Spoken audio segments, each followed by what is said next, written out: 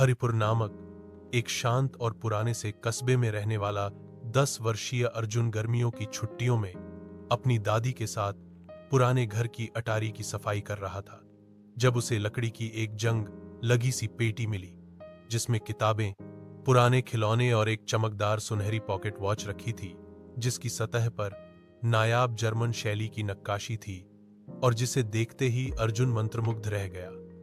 उसने जैसे ही घड़ी को छुआ, कमरे में अचानक सर्द हवा चलने लगी और घड़ी की सुइयां उल्टी दिशा में चलने लगी, जिससे अर्जुन डर तो गया, पर उत्सुकता ने उसे आगे बढ़ने को मजबूर किया।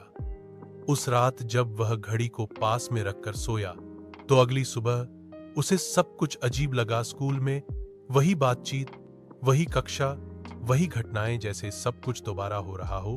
और तब उसे एहसास हुआ कि घड़ी के उल्टे चलने से वह समय में एक दिन पीछे चला गया था।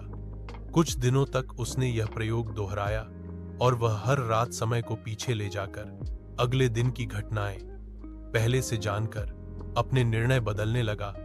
कभी किसी दोस्त को गिरने से बचाता, कभी खुद गलती दोहराने से रुकता और कभी कभी दूसरों के लिए कुछ अच्छा कर देता। अर्जुन को लगने लगा कि यह घड़ी कोई वरदान है जिससे वह दुनिया को बेहतर बना सकता है। लेकिन यह रहस्य बहुत देर तक शांत नहीं रह सका, क्योंकि एक रात जब अर्जुन अटारी में गया तो उसे वहां किसी के कदमों की आहट सुनाई दी और वह साया किसी और का था। लंबा कोट पहने, काली टोपी लगाए एक बूढ़ा व्यक्ति जो उसी घड़ी को ढूंढ रहा था। अर्जुन ने छुपकर उसका पीछा किया और पाया कि वह व्यक्ति समय को मिटाने की कोशिश कर रहा है। वह चाहता था कि भविष्य कभी ना आए, क्योंकि उसके लिए हर आने वाला दिन दुख, अकेलापन और पछतावे से भरा हुआ था। वह आदमी बार बार समय को पीछे ले जाकर अपने बीते हुए दिनों को बदलता और अपने वर्तमान को मिटाता जा रहा था। और अगर उसने घड़ी पूरी तरह से अपने नियंत्रण में ले ली तो शायद समय पूरी तरह से रुक सकता था या हर चीज मिट सकती थी। अर्जुन को समझ में आया कि घड़ी का इस्तेमाल जिम्मेदारी से करना चाहिए, क्योंकि समय के साथ छेड़छाड़ खतरनाक हो सकती है।